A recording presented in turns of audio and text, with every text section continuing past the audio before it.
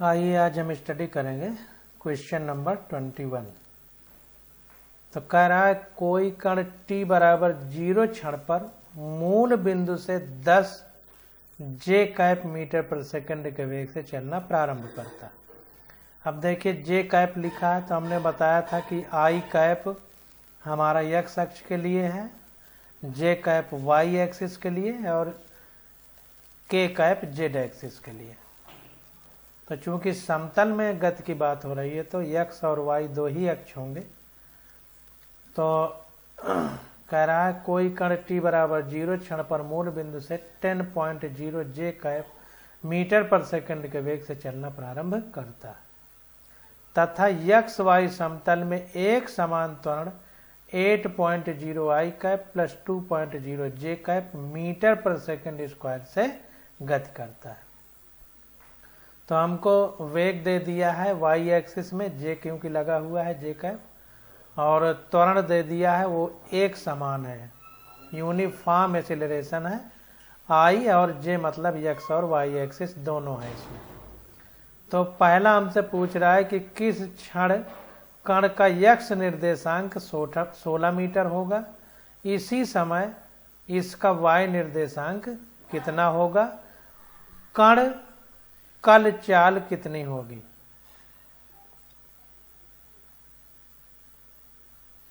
कण की चाल कितनी होगी ये हो सकता है, ये कल गलत लिखा है, अभी पता चल जाएगा। तो देखिए जो जो दिया है हमको तो वो हम किए ले रहे हैं। तो t बराबर 0 सेकंड दिया है और चाल को u लिखा है, 10 जे कैप मीटर पर सेकंड है, जे कैप का मतलब y एक्सिस में। त्वरण a बराबर, त्वरण का मतलब होता है वेग परिवर्तन की दर को त्वरण कहते हैं। तो वेग परिवर्तन की दर मतलब वेग में परिवर्तन बटे समय अंतराल। तो dv अपान dt हो गया।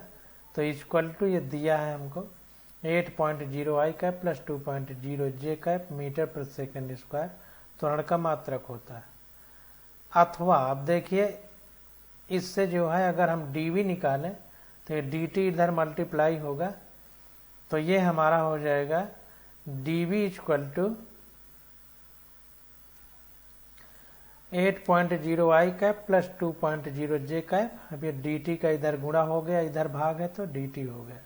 अब दोनों पक्षों का गति सीमा में समाकलन करने पर, तो गति सीमा में समाकलन करेंगे तो अगर हम इसका समाकलन करेंगे तो ये समाकलन का चिन्ह लगा दिया u से v तक मतलब प्रारंभिक से अंतिम वेग तक। तो dv इक्वल टू समय 0 से t तक होगा क्योंकि प्रारंभिक समय हमको 0 दिया गया। तो ये हो गया 8.0 I cap plus 2.0 J cap dt हो गया। यानी अब देखिए v से u तक, तो v माइनस u हो गया, अंतिम में प्रारंभिक घटाएंगे, हमेशा अंतिम में प्रारंभिक रहता है। तो v माइनस u हो गया equal to 8.0 I cap plus 2.0 J cap into T. ये चिन्ह हटेगा तो 0 से t तक, तो अगर t में 0 घटाएंगे तो मतलब t ही आएगा एक तरह से, जैसे इधर v में u घटाया गया है तो u हमको कुछ दिया गया था ऊपर जैसा हमने पढ़ा। तो यहाँ पर ये चिन्ह लगा हटाया तो यहाँ पर t आ गया dt की जगह। तो ये हो गया v बराबर, अब ये u इधर जाएगा तो इधर माइनस में इधर प्लस हो जाएगा, तो u प्लस ये पूरा वैसे हो जाएगा 8.0 t आई कैप, t का मल्टीप्लाई हो गया, प्लस 2.0 t जे कैप। अब देखिए अब चाल बराबर वेग बराबर होता है विस्थापन परिवर्तन की दर, यानी विस्थापन में परिवर्तन बटे समय अंतराल। तो v बराबर dr अपान dt लिख दिया इसको। तो dr बराबर v dt हो गया, v dt। तो अब हमको v दिया गया है तो v की जगह पूरा लिख दिया u प्लस 8.0 t आई cap plus 2.0 t J cap into dt हो गया। अब देखिए दोनों ओर का संगत सीमाओं में समाकलन करने पर, अब समाकलन कर दिया तो 0 से r तक और इधर 0 से t तक। तो ये हो गया dr बराबर 0 से t तक u प्लस 8.0 t आई cap plus 2.0 t J cap dt हो गया। अब तो ये r माइनस 0 हो जाएगा, जैसे भी माइनस यू किए थे ऊपर। तो ये हो गया। अब देखिए ये 0 है, ये t है, तो 0 को कोई मतलब नहीं, तो सब इसमें ये d हट के t से गुणा हो जाएगा जैसे ऊपर हुआ था। तो ये ut प्लस 8.0 इंटू टी पहले से है, टी का गुणा होगा तो टी स्क्वायर होगा, और हमने बताया था कि जितना स्क्वायर होगा उतने का भाग दिया जाएगा। तो यहाँ 2 आ गया तो 2 का भाग देंगे, प्लस 2t है तो 2 इंटू टी स्क्वायर हो जाएगा, तो टी स्क्वायर हुआ, और जो ऊपर घात लगेगी उसी का भाग देंगे, तो जे कैप हो गया, जे कैप लिखा है। तो ये हमारा आ गया r equal to 10.0 t J cap plus 4.0 T square I cap plus T square J cap. इससे ये कट गया, इससे 4 हो गया, और u की वैल्यू रख दी है जो ऊपर निकल के आई थी।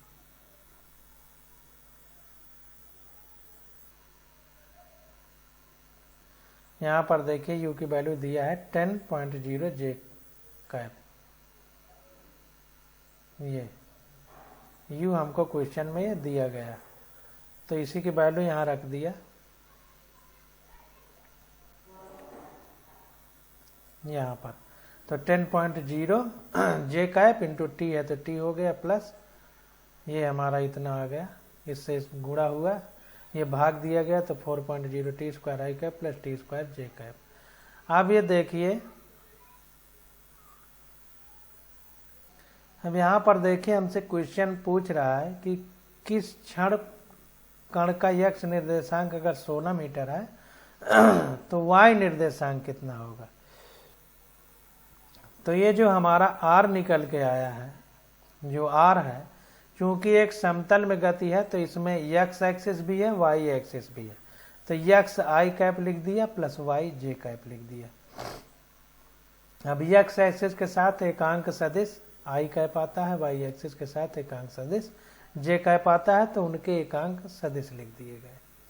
तो ये बराबर हो गया हमारा।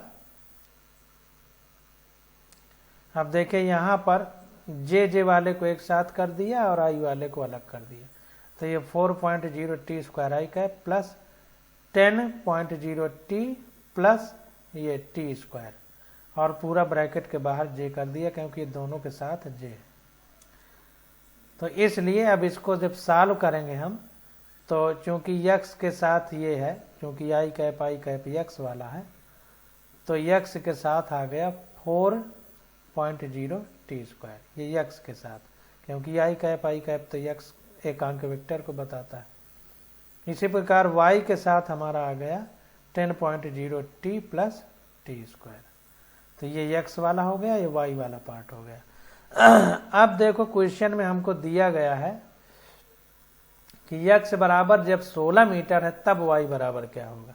तो x बराबर जब हमने 16 रखा, यहाँ पर देखिए x बराबर 4t स्क्वायर है, तो x की जगह 16 रख दिया, 4.0 टी स्क्वायर, तो टी स्क्वायर बराबर 4 आ गया, यानी t बराबर 2 सेकेंड आ गया।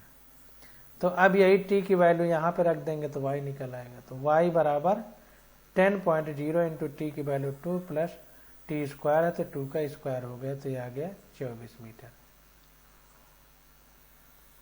अब दूसरे क्वेश्चन के पार्ट में क्या हमसे पूछ रहा है, किसी क्षण कण की चाल क्या होगी।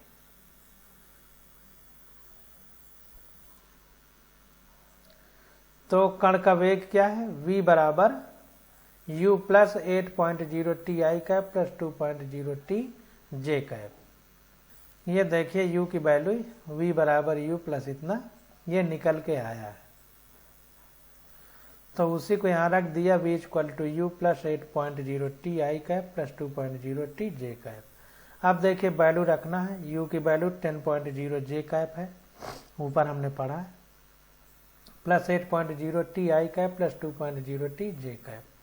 अब t बराबर 2 सेकेंड पर, t बराबर जब 2 सेकेंड की बात होगी, क्योंकि यहाँ पर देखिए t बराबर 2 सेकेंड निकल के आया है, इसलिए हमने यहाँ पर t बराबर 2 सेकेंड की बात की है।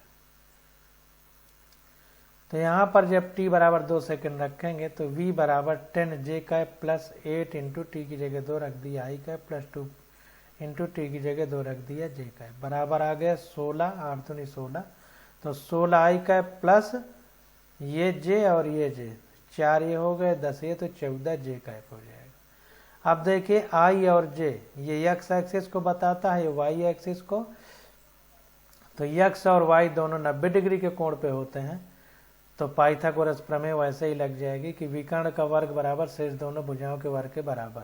अब विकर्ण ही हमारा परिणामी वेक्टर है, तो v बराबर अंडर रूट, अब देखिए इसका स्क्वायर बराबर शेष दोनों भुजाओं का स्क्वायर, तो जब इसका स्क्वायर हटाएंगे तो यहाँ रूट आ जाएगा, तो रूट 16 का स्क्वायर प्लस 14 का स्क्वायर, तो ये आ गया हमारा 21.26 मीटर प्रति सेकंड।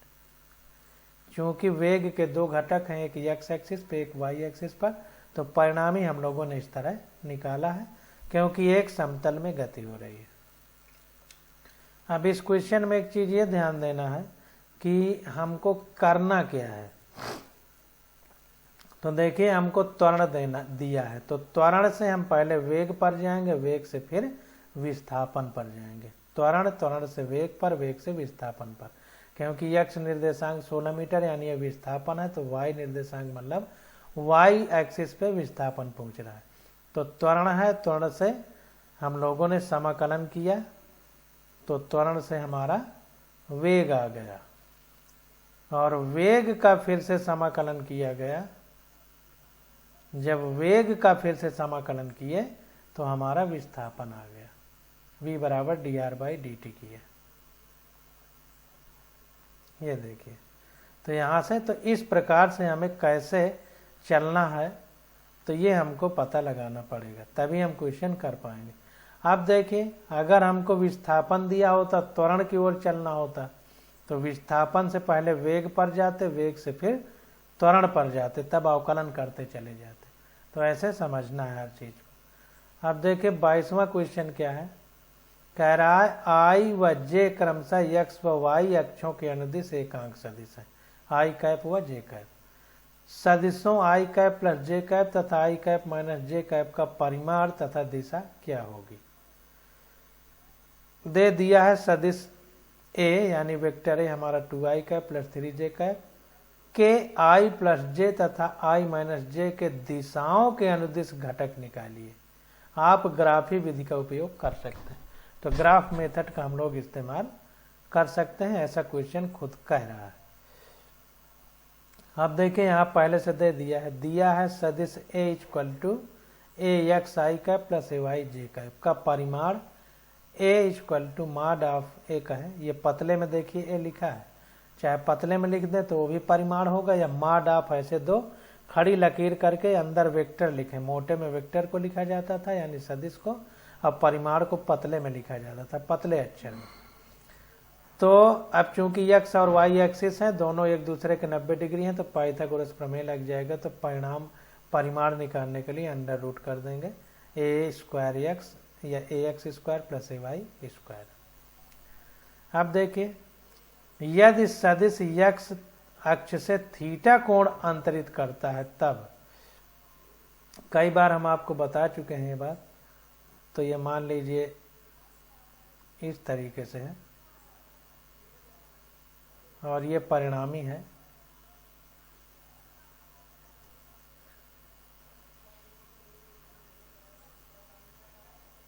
ये x अक्ष है, y अक्ष है।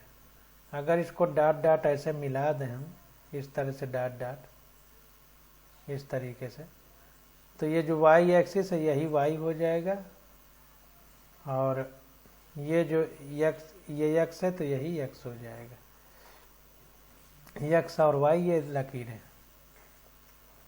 अगर tan थीटा निकालें तो tan थीटा बराबर होता है लंब बटे आधार, तो ये लंब है तो a के साथ है तो ए वाई अपान, ये मान लो a है, ये भी a है, तो ये x अक्ष वाला ax हो जाएगा, ए वाई एक्सिस वाला ay हो जाएगा, तो ये ax हो गया, ay हो गया।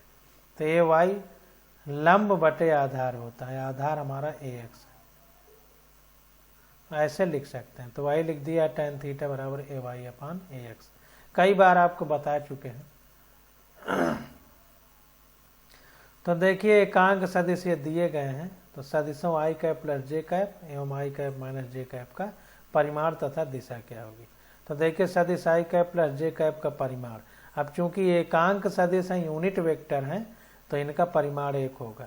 तो अगर इन दोनों का परिमाण निकालेंगे, रिजल्टेंट जो होगा, तो वो क्या होगा, तो वो हमको ये x अक्ष में है, y अक्ष में, दोनों एक दूसरे के 90 डिग्री पे हैं, तो फिर पाइथागोरस प्रमेय लग जाएगा।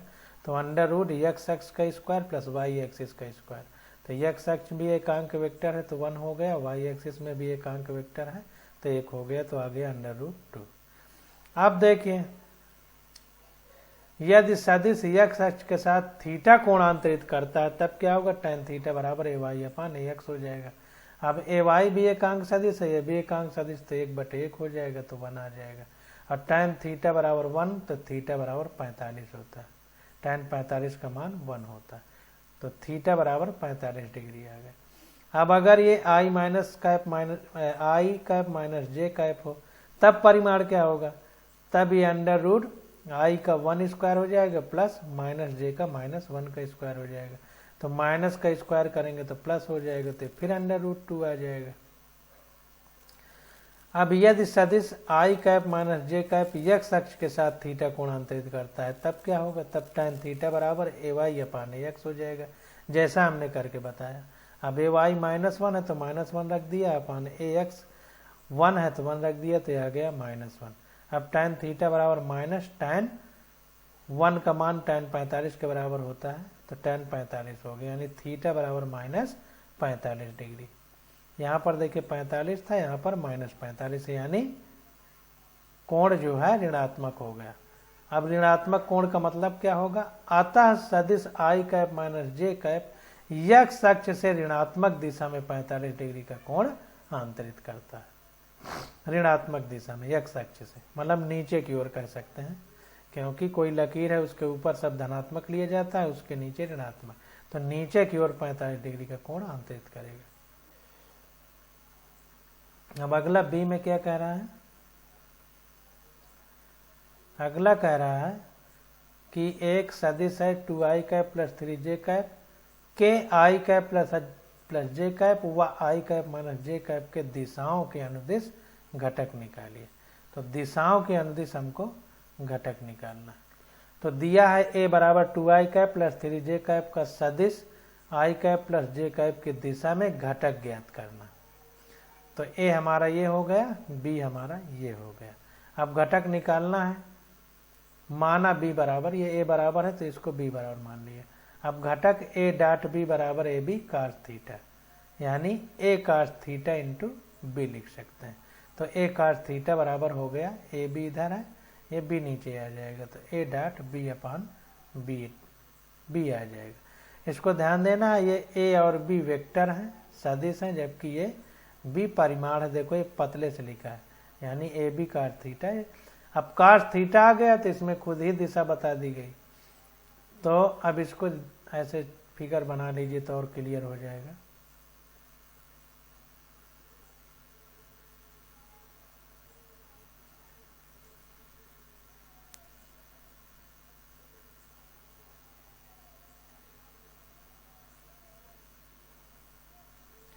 ये हो गया, ये बी हो गया, तो पास में कास सामने साइन हमने बताया था, तो थीटा है, तो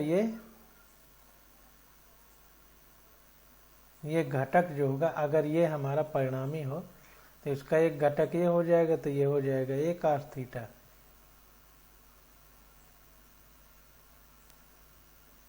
ए कास थीटा, ये वाला पास में कास सामने साइन, इसको अगर देखेंगे तो ये साइन थीटा हो जाएगा, इसका घटक। तो इसको देखते हैं,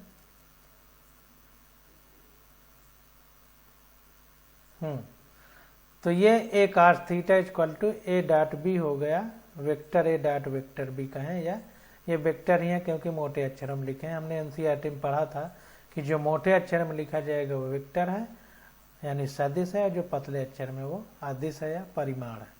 तो ये बी हो गया नीचे, ये परिमाण है क्योंकि पतले अक्षर में, इसलिए सदिश ए का सदिश बी की दिशा में घटक का परिमाण, इसलिए सदिश ए का सदिश बी की दिशा में घटक का परिमाण क्या हो जाएगा, ए कास थीटा।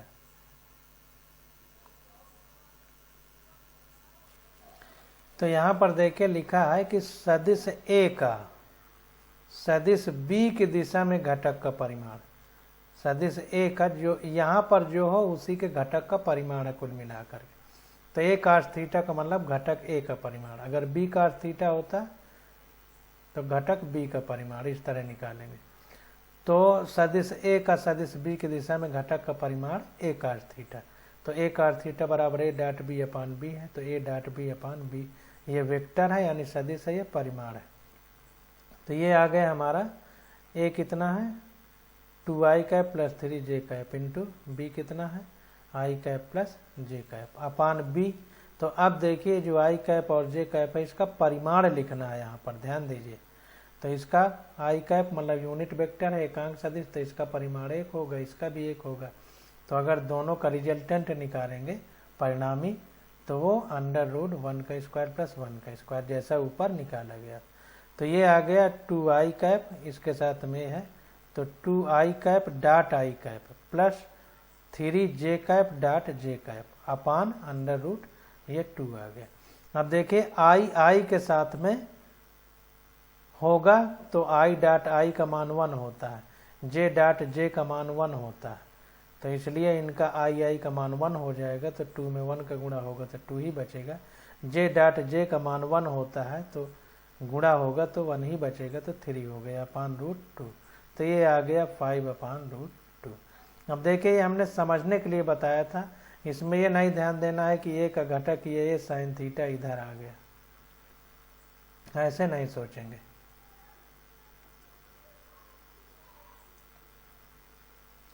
अब देखिए आगे सदिश i cap plus j cap के अनुदिश एकांक सदिश। अब इसके अनुदिश एकांक सदिश निकालें तो एकांक सदिश को n कैप लिख देते हैं, इसके अनुदिश लिखना है तो n कैप बराबर ये सदिश बटे इसका परिमाण, एकांक सदिश बटे उसका परिमाण। तो ये सदिश हो गया i cap plus j cap upon इसका परिमाण, तो mod of i cap plus j cap. तो अभी हमने पीछे निकाला है 1 का स्क्वायर प्लस 1 का स्क्वायर अपान अंडर रूट कर देंगे तो √2 हो जाएगा। तो i cap plus j cap upon √2। अब देखिए सदिश ए का i cap plus j cap के अनुदिश घटक बराबर सदिश ए का i cap plus j cap के अनुदिश घटक का परिमाण डॉट n कैप। तो इसको ध्यान देना है कि सदिश ए का i cap plus j cap के अनुदिश घटक, तो मान लीजिए ये b है, ये a है, ये b है, तो a डॉट b बराबर ए बी cos थीटा हम लोगों ने अभी ऊपर लिखा था, a डॉट b बराबर ए बी cos थीटा, फिर a cos थीटा ये a की दिशा में घटक है। तो इसी प्रकार से अगर हमको इस दिशा में a का घटक निकालना है तो ये a cos थीटा ही होगा। तो a cos थीटा की जो वैल्यू है वो a dot b upon b से निकाल के आई कितनी 5 अपान √2। तो यही हमारा सदिश ए का i cap plus j cap के अनुदिश घटक हो जाएगा। ये सदिश ए का i cap plus j cap के अनुदिश घटक कितना था a cos theta, a cos theta की ये वैल्यू है, और डॉट एकांक सदिश का परिमाण जो होगा वो लिखेंगे, तो ये डॉट n कैप हो जाएगा। तो ये आ गया 5 अपान √2 इंटू n कैप, देखो अभी हमने निकाला है, तो i cap plus j cap upon √2। तो ये आ गया 5/2 i cap plus j cap. तो ये सदिश ए का i cap plus j cap के अनुदिश घटक, तो बराबर होगा सदिश ए का i cap plus j cap के अनुदिश घटक का परिमाण इंटू n कैप, यानी a cos थीटा कुल मिला के डॉट n कैप, और a cos थीटा की वैल्यू हम लोगों ने ये निकाल ली।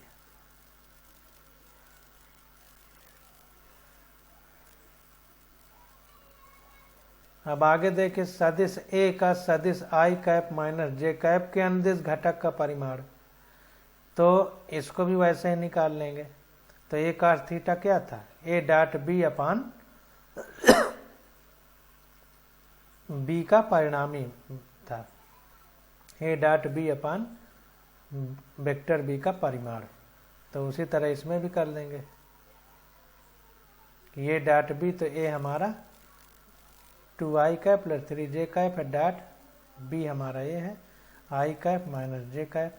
अब इसी b का परिमाण नीचे रहेगा i cap minus j cap formula याद होना चाहिए। तो ये आ गया हमारा 2ii, इसमें गुणा होगा, माइनस है तो माइनस लग जाएगा, 3jj हो जाएगा अपान अंडर रूट, ये भी 1 है ये भी 1 है क्योंकि यूनिट वेक्टर है, कैप लगा है। तो अंडर रूट 1 का स्क्वायर प्लस ये माइनस में है तो ब्रैकेट में -1 का स्क्वायर। तो ये आ गया 2i के साथ i का मल्टीप्लाई होगा तो 1 होता है, इसी तरह j का j के साथ होगा, k का k के साथ भी होगा तो भी 1 होगा। तो ये आ गया 2 - 3 क्योंकि ये भी 1 हो जाएगा अपान इसका √2 हो गया। तो ये आ गया -2 में -3 घटेगा तो -1 आएगा, तो -1 अपान √2 हो गया। इसी प्रकार से सदिश i cap minus j cap के अनुदिश एकांक वेक्टर, तो n कैप यह सदिश बटे इसी का परिमाण। तो सदिश n कैप बराबर सदिश है i cap minus j cap upon इसी का परिमाण। तो परिमाण को डंडा खींच के लिखते हैं, संख्या मतलब, तो i cap minus j cap, परिमाण के लिए डंडा खींच दिया, बराबर i cap minus j cap. अब फिर से ये 1 है ये 1 है तो अंडर रूट 1 का स्क्वायर प्लस ब्रैकेट में -1 का स्क्वायर, तो टोटल आ जाएगा -√2 है, और √2 बार बार नहीं लिखा उसने, डायरेक्ट लिख दिया। इसी प्रकार देखिए, इसलिए सदिश ए का सदिश i cap minus j cap के अनुदिश घटक, तो अब सदिश ए हो जाएगा इनटू ये b हो जाएगा अपान इसका परिमाण हो जाएगा। तो बराबर सदिश ए का सदिश i cap minus j cap के अनुदिश घटक का परिमाण इनटू n कैप। तो ये आ गया माइनस, ये देखिए सदिश ए का सदिश i cap minus j cap के अनुदिश घटक, तो ये है, तो ये आ गया i cap minus j cap upon √2 और के अनुदिश घटक का परिमाण इंटू n कैप। तो n कैप तो हमारा ये है, और सदिश ए का सदिश i cap minus j cap के अनुदिश घटक का परिमाण ये निकल आया था -1/√2, सदिश ए का सदिश इतने के अनुदिश घटक का परिमाण। तो ये हम लोग निकाल चुके थे, -1/√2 इंटू ब्रैकेट में i cap minus j cap upon √2, तो ये आ गया -1/2 i cap minus j cap. तो इन बातों को अच्छे से समझना है, एक एक फार्मूले को गहनता से कई बार समझेंगे तो ये बातें आपको समझ में आ जाएंगी। तो आराम आराम से इसको पढ़िए, बहुत जल्दबाजी करने की जरूरत नहीं है, एक एक चीज़ को समझते जाइए। तो आज बस यहीं तक, अब अगले लेक्चर में आगे स्टडी करेंगे।